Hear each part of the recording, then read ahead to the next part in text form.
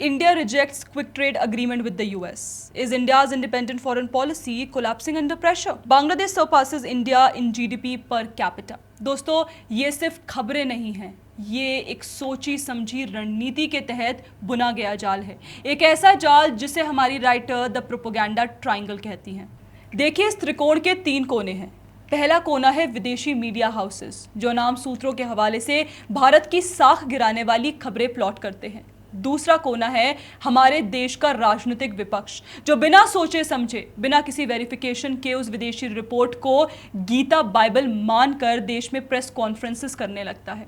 और तीसरा कोना है वो चुनिंदा एक्टिविस्ट और सोशल मीडिया हैंडल, जो उसी झूठी खबर को रीट्वीट और शेयर करके ट्रेंड कराने में जुट जाते हैं। इनका अंतिम लक्ष्य क्या है? तो देखिए, इनका लक्ष्य है भारत की तरक्की को रोकना, भारत के बड़े ट्रेड डील्स यानी एफटीएस को डीरेल करना और भारतीय अर्थव्यवस्था को दुनिया के सामने कमजोर दिखाना। आज के इस बेहद खास विश्लेषण में हम फैक्ट टू फैक्ट, तारीख दर तारीख इस पूरे सिंडिकेट को बेनकाब करेंगे। हम देखेंगे कि पिछले 5 सालों में कैसे विदेशी और उनसे मिली हुई देसी ताकतों ने भारत के खिलाफ आर्थिक युद्ध छेड़ा है और कैसे हमारी सरकार, हमारे मंत्रियों, हमने और आप जैसे सजग नागरिकों ने इनके इस झूठ के साम्राज्य को ध्वस्त किया है। नमस्कार दोस्तों, मैं श्रेया और आप देख रहे हैं द पैम्फलेट। इससे पहले हम वीडियो में आगे बढ़े, आप प्लीज हमारे सभी चैनल्स को सब्सक्राइब जरूर कर लीजिए।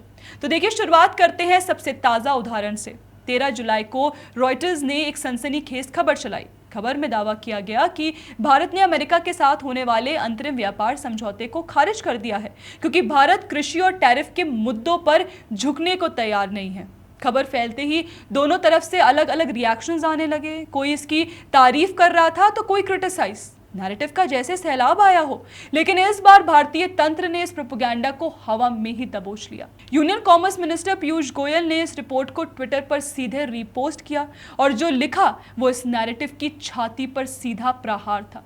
उन्होंने कहा कि यह न्यूज़ पूरी तरह से झूठी है, आधारहीन है और मिसलीडिंग है। उनके और यूएसटीआर जेमिसन ग्रीर के बीच बहुत ही अच्छी और फलदायक मीटिंग्स हुई हैं जब वह जून में भारत आए थे। अब देखिए, इसके तुरंत बाद भारत में अमेरिकी राजदूत सर्जियो गौर ने भी इस ट्वीट को रीपोस्ट किया और विदेशी मीडिया को आईना दिखाते हुए लिखा, fake news alert, no one has rejected anything, both sides had very constructive meetings, Reuters, you can do better। अब देखिए, राहुल गांधी अभी अभी अपने गोपनीय विदेश दौरे से लौटे हैं, तो उन्होंने अब तक इस पर कोई प्रतिक्रिया नहीं दी है। खैर, आप सोचिए, जब एक देश का केंद्रीय मंत्री और दूसरे देश का राजदूत दोनों मिलकर एक विदेशी मीडिया हाउस को लाइव फेक न्यूज़ का टैग दे रहे हों, तो समझिए कि प्रोपेगेंडा किस स्तर पर किया जा रहा था। असलियत यह है कि दोनों देश के बीच फ्रेमवर्क पूरी तरह तैयार है और बातचीत बेहद सकारात्मक दिशा में आगे बढ़ रही है। लेकिन बात सिर्फ विदेशी मीडिया की ही नहीं है, बात विदेशी मीडिया के साथ मिलकर काम करने वाले लोगों की भी है। इसका सबसे क्लासिक उदाहरण देखने को मिला इसी साल 15 मई 2026 को। देश के एक नामचीन business news channel CNBC TV 18 ने अनाम सूत्रों के हवाले से एक बेहद सनसनीखेज ब्रेकिंग न्यूज़ चलाई। दावा किया गया कि सरकार विदेशों में यात्रा करने वाले भारतीयों पर एक फॉरेन ट्रैवल टैक्स लगाने पर विचार कर रही है। मिडिल क्लास और बाहर घूमने जाने वाले लोगों के बीच तुरंत पैनिक फैल गया। लेकिन इस बार जो हुआ, उसने भारतीय मीडिया के इतिहास में एक नया चैप्टर लिख दिया। खुद प्रधानमंत्री नरेंद्र मोदी ने अपने सोशल मीडिया हैंडल से सीधे उस न्यूज़ चैनल के पोस्ट पर रिप्लाई किया और लिखा, this is totally false, not an iota of truth in this, यानी इस खबर में रत्ती भर भी सच्चाई नहीं है। देखिए, पीएम मोदी के इस डायरेक्ट प्रहार के महज 20 मिनट के भीतर उस बड़े चैनल को अपनी रिपोर्ट वापस लेनी पड़ी और सार्वजनिक रूप से माफी मांगनी पड़ी। यह दिखाता है कि अब भारत का शीर्ष नेतृत्व फेक न्यूज़ को सिर्फ इग्नोर नहीं करता, बल्कि उसे लाइव कैमरे पर आईना दिखाता है। और जब बात विदेशी प्रोपेगेंडा की हो, तो अमेरिकी राष्ट्रपति डोनाल्ड ट्रंप का वो यूटर्न याद करना बहुत ज़रूरी है, जिसने भारतीय विपक्ष के चेहरे का रंग उड़ा दिया था। याद करिए, अगस्त 2025 का वो दौर जब भारत और अमेरिका के बीच व्यापारिक तनातनी चल रही थी, तब ट्रंप ने भारत और रूस को डेड इकोनॉमीज कह दिया था। बस फिर क्या था, हमारे देश के विपक्ष और कुछ तथाकथित एक्टिविस्ट ने इस बयान को हाथों हाथ लपक लिया। राहुल गांधी और उनके साथियों ने सोशल मीडिया पर ढिंडोरा पीटना शुरू कर दिया कि देखिए, ट्रंप ने भारत की पोल खोल दी, हमारी अर्थव्यवस्था मृत हो चुकी है। लेकिन इस विदेशी नैरेटिव की उम्र कितनी छोटी होती है, इसका सबूत मिला अभी हाल ही में। 4 जुलाई 2026 को। अमेरिकी स्वतंत्रता दिवस के मौके पर अपनी खुद की अर्थव्यवस्था का बचाव करने के लिए ट्रंप ने अचानक 180 डिग्री का यू टर्न ले लिया। उन्होंने भारत का उदाहरण देते हुए कहा कि भारत जैसी अर्थव्यवस्थाएं बहुत अच्छा कर रही हैं, वे 7 से 8% की दर से आगे बढ़ रही हैं। सोचिए, जो भारत इनके नैरेटिव में साल भर पहले डेड था, वो आज ग्लोबल स्टेज पर सबसे तेजी से बढ़ती अर्थव्यवस्था बन गया। ये साबित करता है कि विदेशी बयानों को भारत के खिलाफ हथियार बनाने वाले लोग केवल एक प्रोपेगेंडा टूल बनकर रह गए हैं। अब थोड़ा पीछे चलते हैं। अगस्त 2025 और उसके बाद के महीनों में फैलाया गया एक और महाझूठ।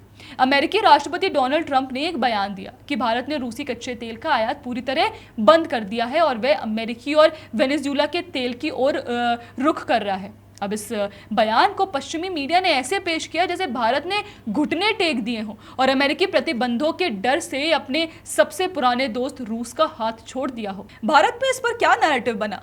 तो विपक्ष के बड़े बड़े नेताओं ने बयान जारी किए कि भारत की संप्रभुता खतरे में है, हम अपनी मर्जी से तेल भी नहीं खरीद सकते। अब देश में पेट्रोल डीजल के दाम आसमान छुएंगे क्योंकि हम महंगा अमेरिकी तेल खरीदने को मजबूर हैं, कि प्रधानमंत्री मोदी ने ट्रंप के सामने हार मान ली। लेकिन सत्य क्या था? भारत के विदेश मंत्रालय एमईए और खुद रूस ने मिलकर इस प्रोपेगेंडा को ध्वस्त किया। रूसी विदेश मंत्री सर्गेई लावरोव ने खुले तौर पर कहा कि भारत ने तेल खरीद रोकने को लेकर ऐसी कोई घोषणा नहीं की है। भारत ने स्पष्ट किया कि हमारी ऊर्जा सुरक्षा किसी भी बाहरी दबाव से ऊपर है। और जब हम ऊर्जा सुरक्षा की बात करते हैं तो चलिए अब सीधे आंकड़ों पर आते हैं, क्योंकि डेटा कभी झूठ नहीं बोलता। साल 2022 की शुरुआत तक भारत अपनी जरूरत का महज 1% से भी कम कच्चा तेल रूस से खरीदता था। लेकिन पश्चिमी देशों के खाली बयानों और दबाव के आगे झुकने के बजाय भारत ने अपनी इंडिया फर्स्ट नीति चुनी। नतीजा देखना चाहते हैं तो साल 2024 में भारत ने रूस से सीधे $52.73 बिलियन यानी करीब 4.25 लाख करोड़ रुपए का तेल खरीदा। और यह सिलसिला थमा नहीं, बल्कि जून 2026 में हमारा Russian oil import all time high पर पहुंच गया, पूरे 26.6 लाख बैरल प्रति दिन। आज भारत के कुल तेल आयात में रूस की हिस्सेदारी 40% को पार कर चुकी है और हम रूसी समुद्री तेल के दुनिया के सबसे बड़े खरीदार हैं। यह तो रही देखिए डेटा की बात। अब नैरेटिव की बात। तब सच्चाई क्या थी? सच्चाई यह थी कि भारतीय रिफाइनरीज ने कुछ समय के लिए खरीद में थोड़ा बदलाव केवल इसलिए किया था क्योंकि रूस से मिलने वाला डिस्काउंट कम हो गया था, ना कि किसी भू राजनीतिक दबाव के कारण। आज भी रूस भारत का सबसे बड़ा कच्चे तेल का आपूर्तिकर्ता बना हुआ है, लेकिन विदेशी लॉबी चाहती थी कि किसी तरह भारत और रूस के आर्थिक संबंधों में दरार आ जाए और भारत के घरेलू बाजार में तेल की किल्लत से हाहाकार मच जाए। यह वही समय था जब लेट सीनेटर लिंडसे ग्राहम ने भारत पर 500% टैरिफ लगाने की बात की थी। अब देखिए, बात करते हैं भारत और यूनाइटेड किंगडम के बीच होने वाले ऐतिहासिक मुक्त व्यापार समझौते यानी एफटीए की। तो 2023 से 2025 के बीच ब्रिटिश मीडिया, विशेष रूप से द टाइम्स यूके ने लगातार रिपोर्ट छापी कि भारत ने जानबूझकर व्यापार वार्ता को रोक दिया है क्योंकि ब्रिटेन वहां सक्रिय खालिस्तानी तत्वों पर लगाम नहीं लगा रहा है। लेकिन भारत के विदेश मंत्रालय ने बहुत ही परिपक्वता के साथ इस नैरेटिव को खारिज कर दिया। भारत ने साफ कहा कि सुरक्षा संबंधी चिंताएं अपनी जगह हैं और आर्थिक सहयोग अपनी जगह। दोनों मुद्दों को आपस में जोड़ना केवल व्यापार समझौते को पटरी से उतारने की एक कोशिश है। परिणाम क्या हुआ? दोनों देशों ने आपसी शर्तों पर बातचीत जारी रखी और अंततः व्यापक आर्थिक और व्यापार समझौते की रूपरेखा को अंतिम रूप दिया। अब हम उस नैरेटिव की बात करेंगे जो पिछले 5 सालों से सोशल मीडिया पर भारत को मानसिक रूप से कमजोर करने के लिए इस्तेमाल किया जा रहा है। तो आपने भी ट्विटर या फेसबुक पर यह लाइन 100 बार सुनी होगी, भारत तो बांग्लादेश से भी करीब हो गया है। यहां तक कि तालिबान शासित अफगानिस्तान की करेंसी और इकोनॉमी भी भारत से बेहतर परफॉर्म कर रही है। इस दुष्प्रचार की शुरुआत हुई अक्टूबर 2020 में, जब कोरोना महामारी के कारण भारत में सख्त लॉकडाउन लगा था। उस साल आईएमएफ की एक रिपोर्ट में अनुमान लगाया गया कि भारत की जीडीपी में आई गिरावट के कारण बांग्लादेश की प्रति व्यक्ति जीडीपी उस विशेष वर्ष में भारत से थोड़ी अधिक हो सकती है। बस फिर क्या था? विदेशी थिंक टैंक से लेकर हमारे देश के मुख्य विपक्षी नेताओं ने बिना किसी आर्थिक समझ के इसे भारत की आर्थिक बर्बादी का सबूत घोषित कर दिया। ग्राफ शेयर किए जाने लगे, देश की जनता का मजाक उड़ाया जाने लगा। लेकिन अर्ध सत्य हमेशा झूठ से ज्यादा खतरनाक होता है। ये लोग आपको ये नहीं बताएंगे कि वो गिरावट एक महामारी का अस्थायी असर थी, कोई स्थायी ढांचागत पतन नहीं। आज भारत की अर्थव्यवस्था 4.1 ट्रिलियन डॉलर्स की है, जबकि बांग्लादेश की अर्थव्यवस्था महज 510 बिलियन डॉलर्स के आसपास है। दोनों में कोई मुकाबला ही नहीं है, लेकिन इस नैरेटिव को लगातार जीवित रखा गया ताकि देश के युवाओं के मन में यह हीन भावना डाली जा सके कि हमारा देश पिछड़ रहा है। और आप अफगानिस्तान से कंपेयर कर रहे हैं, जो डॉलर में ट्रेड ही नहीं करता, जिसके फॉरेक्स रिजर्व्स ही नहीं हैं।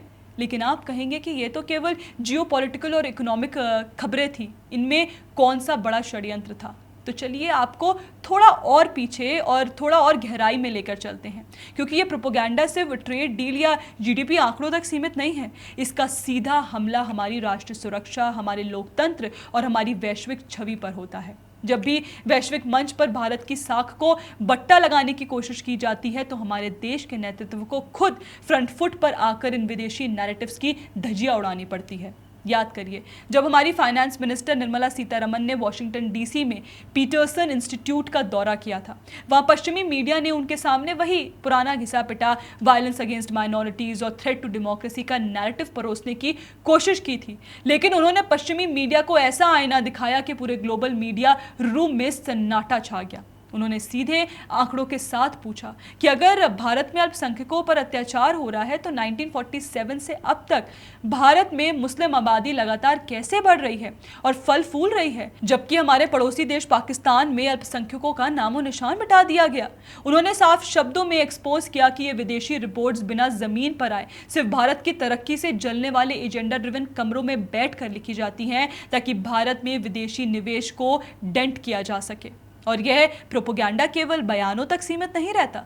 जब भारत अपनी संप्रभुता की रक्षा के लिए कोई कड़ा कदम उठाता है, तो यह सिंडिकेट सीधे इंफॉर्मेशन वॉर में बदल जाता है। और इनका सबसे बड़ा और खतरनाक उदाहरण हमने देखा मई 2025 में ऑपरेशन सिंदूर के दौरान, जब भारतीय सेना ने पहलगाम आतंकी हमले के जवाब में सीमा पार आतंकी ठिकानों पर कड़ा एक्शन लिया, तो पाकिस्तानी डिजिटल प्रोपेगेंडा मशीनरी और उनके टूलकिट के पश्चिमी आकाओं ने भारत के खिलाफ एक महाझूठ का मोर्चा खोल दिया।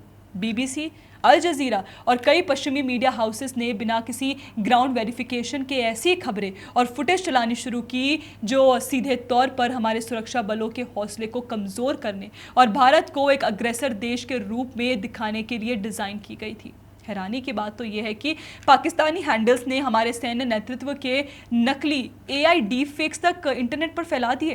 तत्कालीन CDS जनरल अनिल चौहान और अन्य कमांडर्स के पुराने बयानों को तोड़ मरोड़ कर पेश किया गया और यह झूठा दावा किया गया कि पाकिस्तान ने भारत का S-400 एयर डिफेंस सिस्टम तबाह कर दिया है। लेकिन इस बार भारत सरकार मूक दर्शक नहीं बनी रही।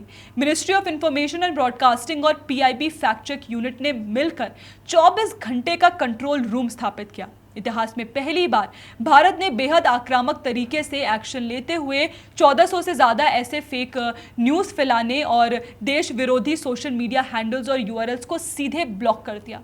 हर एक झूठ को मिनटों के भीतर फैक्ट्स के साथ बेनकाब किया गया।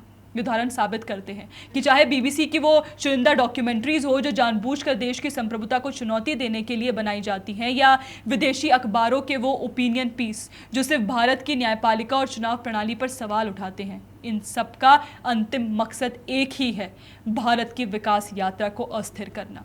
तो साथियों, अगली बार जब आप अपने फ़ोन की स्क्रीन पर भारत के खिलाफ कोई सनसनीखेज हेडलाइन देखें, चाहे वो किसी तथाकथित अंतर्राष्ट्रीय संस्था की रैंकिंग हो या किसी बड़ी विदेशी न्यूज़ एजेंसी की ब्रेकिंग न्यूज़, तो सीधे उस पर भरोसा करने से पहले 2 सेकंड के लिए रुकिए।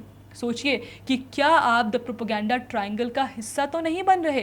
क्या आप अनजाने में ही सही भारत के खिलाफ चल रहे इस आर्थिक और मानसिक युद्ध में उनके हाथों का खिलौना तो नहीं बन रहे? हमारा काम है सच को सामने लाना, आंकड़ों को सही परिप्रेक्ष्य में देखना और एजेंडे को पहचानना। सजग बनिए, क्योंकि इस नए दौर की लड़ाई मैदान में नहीं, हमारे और आपके फ़ोन की स्क्रीन पर लड़ी जा रही है। जय हिंद।